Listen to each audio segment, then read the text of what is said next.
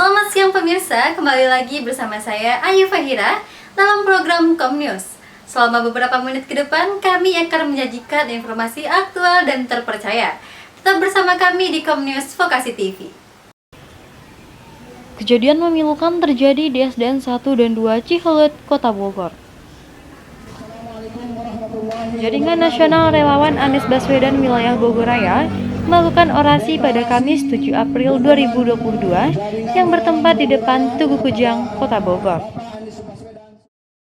Hujan yang mengguyur Kota Bogor pada Jumat malam 15 April 2022 membuat Bendung Katulampa mengalami kenaikan level dari normal menjadi siaga. Libur panjang akhir pekan pada tanggal 15 hingga 17 April 2022 menyebabkan lalu lintas menuju Puncak Bogor dipenuhi kendaraan dari luar kota yang didominasi oleh kendaraan berplat B dari Jakarta. Pemirsa, informasi pertama datang dari dua sekolah di Kota Bogor, SDN 1 dan 2 Cihelet. Dua bangunan sekolah rubuh karena diterpa hujan deras dan angin kencang pada Minggu malam. Berikut liputan selengkapnya. Kejadian memilukan terjadi di SDN 1 dan 2 Cihelet, Kota Bogor. Dua bangunan sekolah ambruk karena diterpa hujan dan angin kencang pada Minggu malam. Kepala Sekolah SDN 2 Cihelet, Haja Dede Farida SPDI menyampaikan bahwa beliau sudah mengajukan perbaikan bangunan sekolah dari beberapa waktu sebelum kejadian ini. Namun, dana perbaikan sekolah baru akan cair pada tahun 2023 mendatang. Sudah sih, Ibu mengajukan memang beberapa bulan yang lalu. Sebelumnya juga Ibu sudah mengajukan, ini udah nggak layak pakai gitu. Saya sampai sudah berapa ya, udah lebih dari 3 kali mengajukan. Kemudian nunggu nanti 2023, pakainya 2023, kelamaan saya bilang akhirnya. Ruangan tersebut diketahui sudah 2 tahun terakhir tidak digunakan karena sudah tidak layak pakai. Hal tersebut disebabkan karena struktur rangka atapnya yang sudah keropos dan tua. Keadaan bangunan sekolah yang semakin parah memaksa kepala sekolah untuk mengambil langkah tegas dengan memindahkan para siswa untuk belajar ke bangunan bagian depan. Dari SDN 1 dan 2 Cihelet, Kota Bogor, Komnews Vokasi TV melaporkan.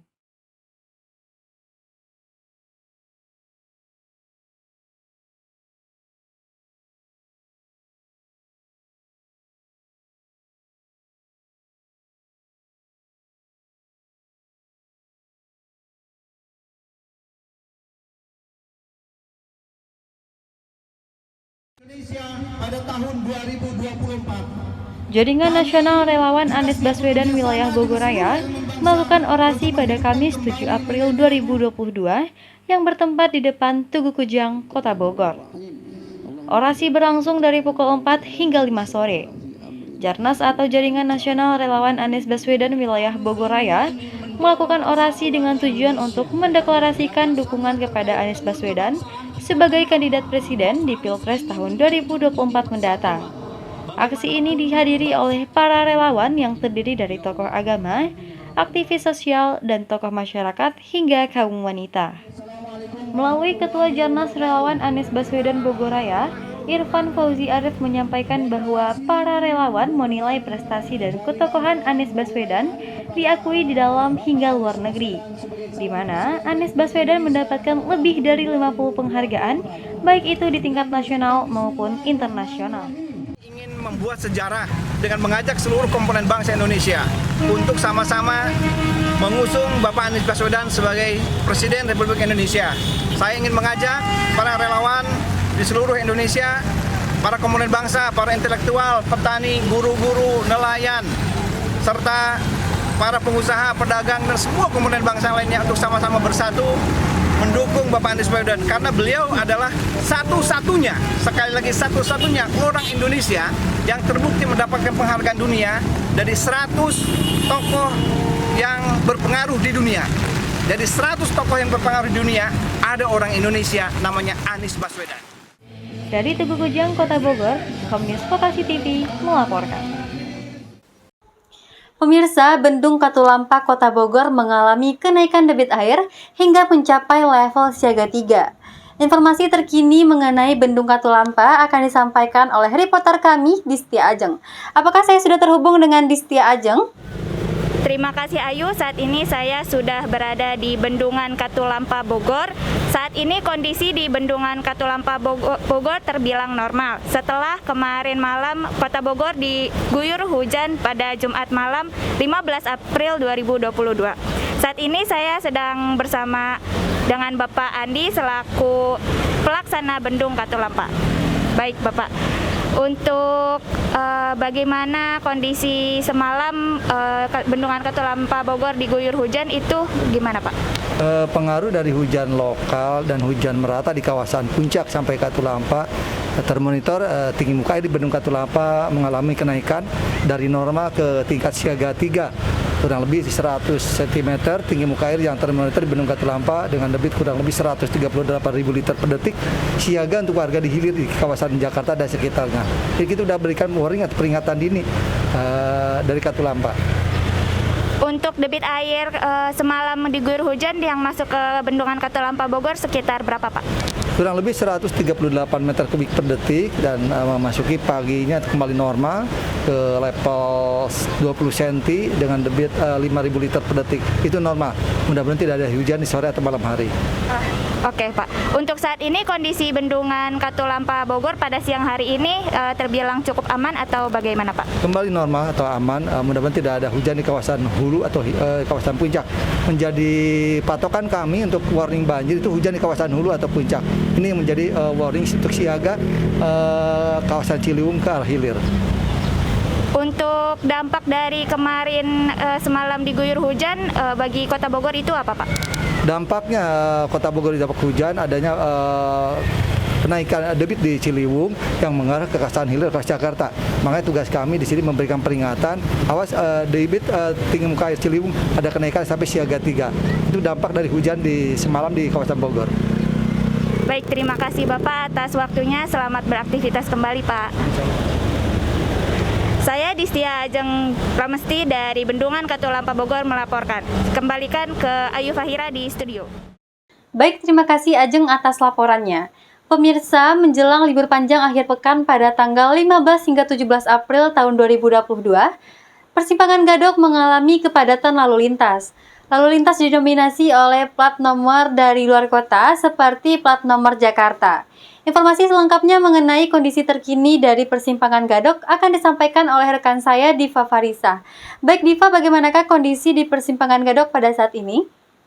Baik, terima kasih Ayu. Saat ini saya sudah berada di Jalan Raya Puncak, Persimpangan Gadok, Kabupaten Bogor. Bisa kita lihat di belakang saya saat ini sudah ramai sekali kendaraan dari arah Jakarta menuju Puncak Bogor. Kendaraan terpantau padat merayap dikarenakan libur akhir pekan yang panjang. Saat ini di Persimpangan Gadok kendaraan didominasi dengan plat nomor B. Saya Diva Farisa dari Persimpangan Gadok, Puncak Bogor. Komnews Vokasi TV melaporkan. Baiklah Diva, terima kasih atas laporannya. Pemirsa, sesaat lagi kami akan menyajikan informasi yang akan menghibur dan juga menginspirasi Anda di rumah. Informasi selanjutnya akan disampaikan oleh rekan saya, Mutiara Rizky, setelah jeda pariwara berikut ini. Saya Ayu Faira, pamit undur diri, tetap di Komnews Vokasi TV.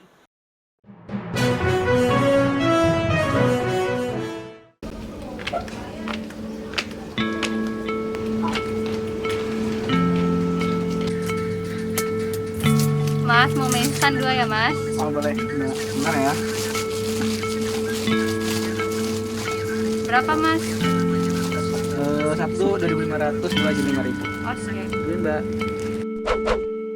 Saya pakai ini aja ya Mas? Oh, pakai kan sendiri Mbak. Ntar ya, siapin dulu. Oke. Mbak. Makasih ya Mas.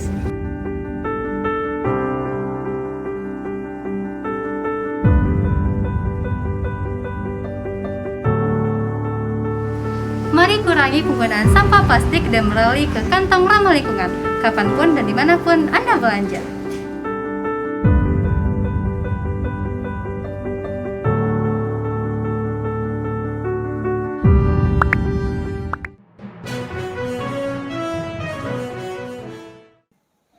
Apa kabar pemirsa?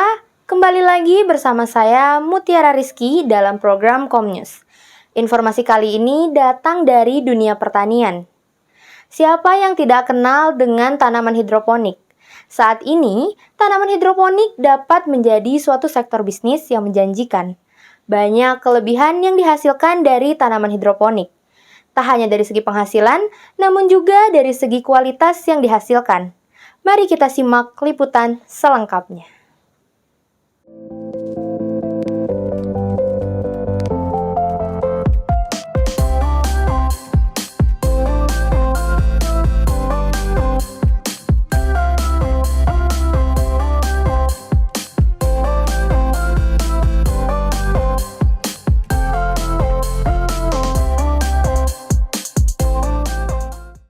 Halo pemirsa Komnews Vokasi TV, kembali lagi bersama aku Diva.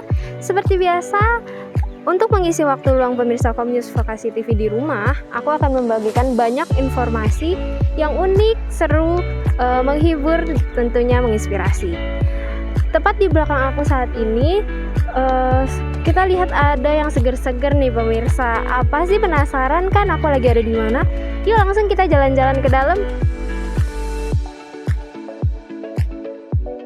Budidaya tanaman hidroponik kini sudah tak asing lagi bagi masyarakat. Berbeda dengan media tanam konvensional yang masih menggunakan tanah, hidroponik sendiri memanfaatkan air sebagai media tanamnya. Penanaman tanpa menggunakan tanah membuat hidroponik digandrungi oleh masyarakat masa kini.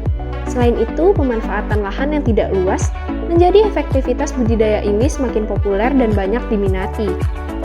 Seperti di Pagi Farm, tepatnya di daerah Cimahpar Bogor, budidaya hidroponik yang dirintis selama 4 tahun oleh Pak Abi beserta rekan-rekannya menuai keuntungan yang cukup besar.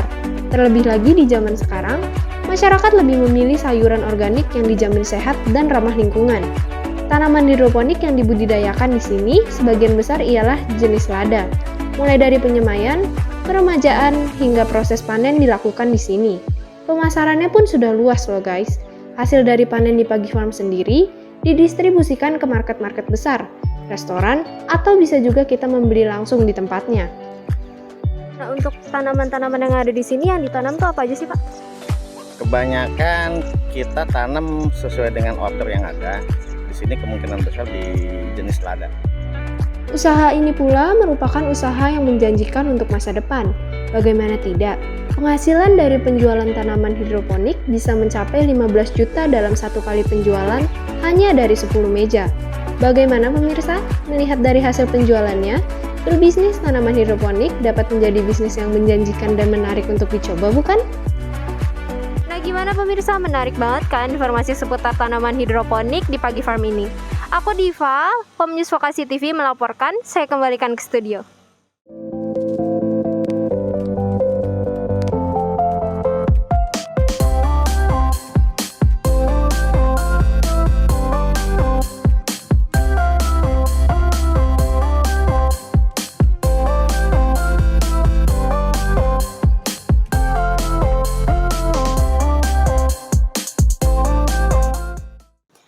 Selanjutnya pemirsa, kita akan melihat siapa sosok di balik juru kunci dari Bendung Katulampa, Kota Bogor. Seorang bapak bernama Andi Sudirman yang senantiasa mengabdi untuk menjaga Bendung Katulampa selama 32 tahun. Berikut liputan selengkapnya.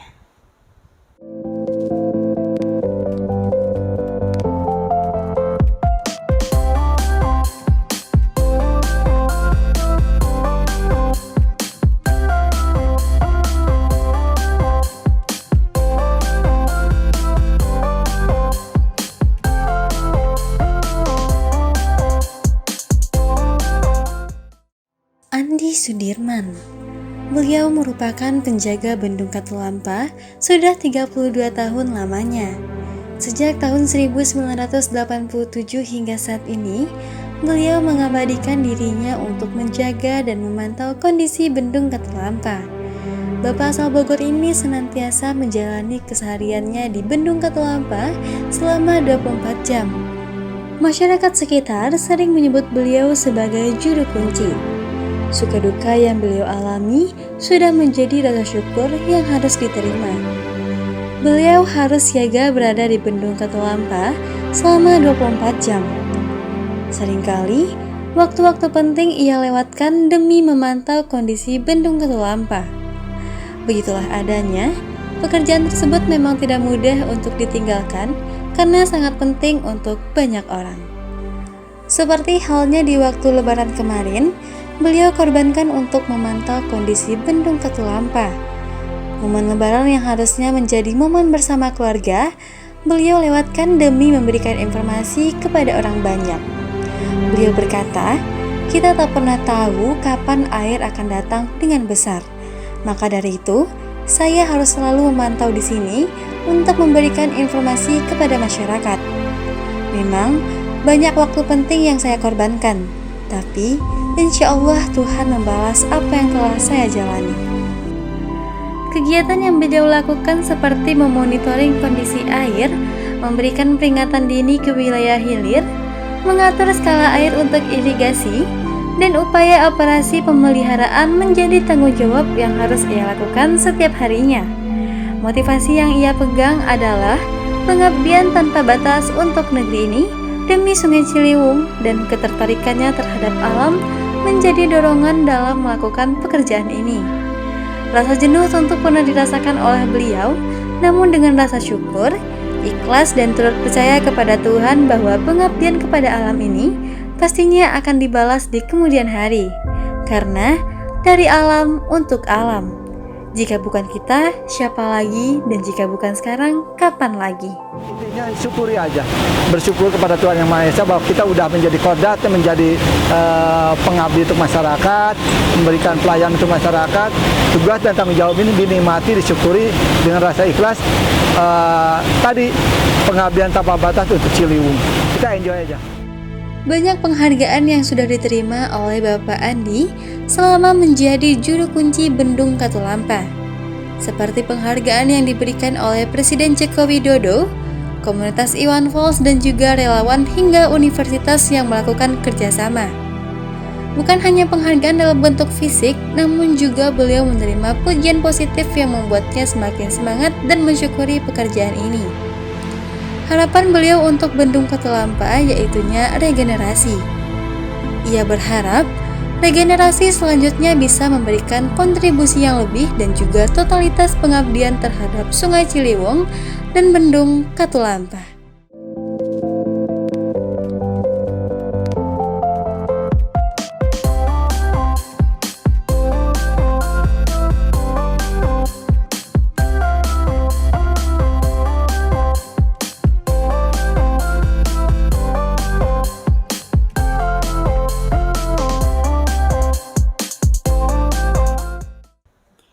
Setelah kita melihat siapa sosok di balik juru kunci Bendung Katulampa Kota Bogor, selanjutnya kita akan jalan-jalan ke Sumatera Barat. Kita juga akan melihat desa terindah yang masuk ke dalam peringkat 50 besar Anugerah Desa Wisata Indonesia. Liputan ini sekaligus mengakhiri perjumpaan kita pada siang hari ini. Tetap saksikan Komnews hanya di Vokasi TV. Saya Mutiara Rizky, mewakili segenap tim yang bertugas pamit undur diri. Selamat siang, selamat beraktivitas, dan sampai jumpa.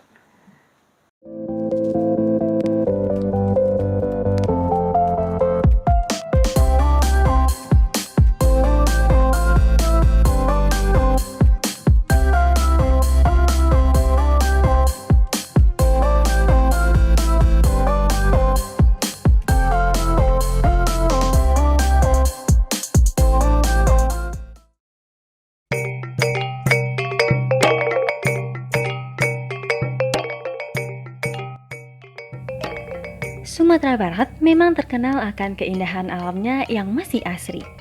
Ratusan wisata alam bisa ditemukan di Tanah Minang ini. Tak hanya itu, Sumatera Barat juga terkenal akan kebudayaan yang masih sangat kental. Jika kita berkunjung ke Sumatera Barat, kita akan menemukan rumah adat yang khas dengan gonjongnya yang menyatu dengan langit. Nah, kali ini saya Ayu Faira dari Vokasi TV akan mengajak pemirsa untuk jalan-jalan di beberapa daerah di Sumatera Barat. Check this out!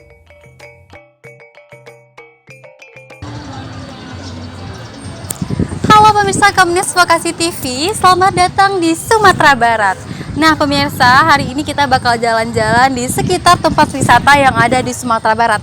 Nah yang pertama, saat ini saya sedang berada di kawasan Istana Bahasa Pagaruyung. Nah pemirsa, daripada makin penasaran, yuk kita intip gimana sih keseruan di Istana Bahasa Pagaruyung.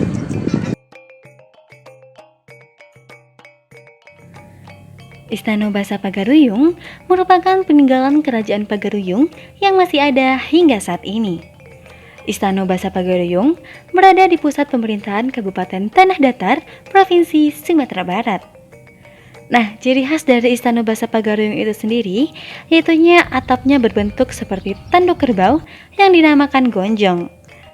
Hal ini juga sejalan dengan filosofi nama Minangkabau loh pemirsa, yaitunya Manangkabau atau Menangkarbau.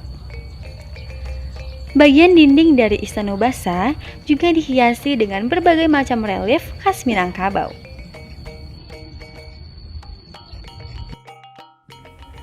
Setiap harinya, Istana Bahasa Pagaruyung memang selalu ramai akan pengunjung, baik itu pengunjung lokal maupun mancanegara.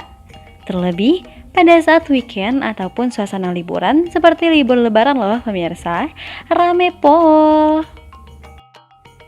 Selain menyajikan keindahan alam, seni hingga peninggalan kerajaan, Istana Bahasa Pagaruyung juga menyajikan fasilitas untuk memanjakan pengunjung. Mulai dari odong-odong, sepeda, hingga kuda yang bisa dinaiki oleh anak-anak hingga orang dewasa. Cukup dengan membayar tiket masuk seharga Rp15.000, kita sudah bisa menikmati keindahan Istana Bahasa Pagaruyung. Nah, tunggu apa lagi? Yuk jalan-jalan ke Istana Bahasa Pagaruyung.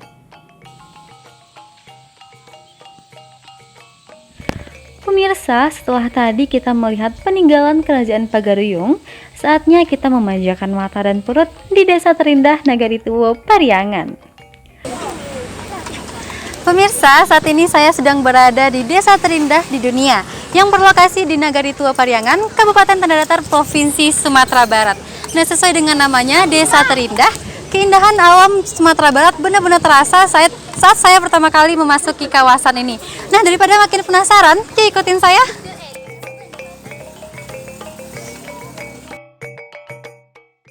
Desa ini dinobatkan sebagai desa terindah di dunia bersama 4 desa lainnya di sejumlah negara versi Travel Budget, majalah pariwisata internasional dari New York. Nah, saat ini desa terindah juga termasuk ke dalam 50 besar anugerah desa wisata Indonesia loh. Wah, keren banget kan pemirsa? Bukan main. Pemirsa, desa ini memang layak dinobatkan sebagai desa terindah karena pemandangan alamnya yang masih sangat asri dan juga didukung oleh udara yang sangat sejuk. Tak lupa juga banyak spot foto yang sangat instagramable di kawasan ini. Pokoknya, tempat ini cocok banget untuk dijadikan sebagai tempat healing ya pemirsa. Nah, oke pemirsa, saat ini saya sudah bersama dengan salah satu pengunjung desa terindah Nagari Tuwo Pariangan. Nah, kalau boleh tahu saya sedang bersama siapa ya, Mas? Mahadi. Oke, Mas Mahadi. Kalau boleh tahu Mas Mahadi itu berasal dari mana sih? Saya berasal dari Tanah Datar, penduduk lokal. Oke, penduduk lokal. Nah, kira-kira Mas Mahadi datang ke sini tuh untuk apa ya, Mas, tujuannya? Di sini untuk healing sih sebenarnya. Oke, karena emang cocok banget ya Mas untuk healing. Nah, menurut Mas gimana sih keindahan alam di Nagari Tuwo Pariangan ini? Di sini emang cocok banget untuk healing, pemandangannya bagus, udaranya asri, kemudian juga tenang karena alam, jadi cocok lah untuk healing. Oke, pokoknya indah banget ya Mas ya di sini. Nah, Mas Mahadi nggak pesan makan? Saya sudah pesan mungkin karena lagi ramai pengunjungnya, jadi mungkin lagi di proses pembuatan lah. Oke, siap. Terima kasih banyak Mas Mahadi. Mohon maaf mengganggu waktunya. Sama-sama. Pemirsa, di desa terindah juga dapat ditemui minuman legendaris Minangkabau, yaitunya Kawa Dawet. Rasanya yang unik masih menjadi favorit pengunjung saat mengunjungi desa ini. Apalagi ditemanin sama gorengan atau mie rebus, wah makin mantap dong pastinya.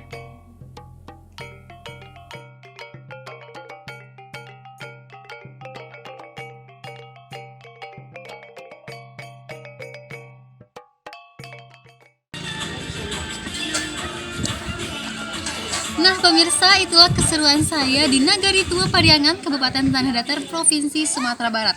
Selanjutnya saya mau menghabiskan dulu makanan dan juga kawah daun khas Nagari Tua Pariangan. Bagi pemirsa yang jalan-jalan ke Sumatera Barat, jangan lupa untuk mampir ke Nagari Tua Pariangan dan menikmati keindahan alam Minangkabau, Sumatera Barat. Saya Ayu Faira mewakili segenap tim yang bertugas, pamit undur diri. Bye!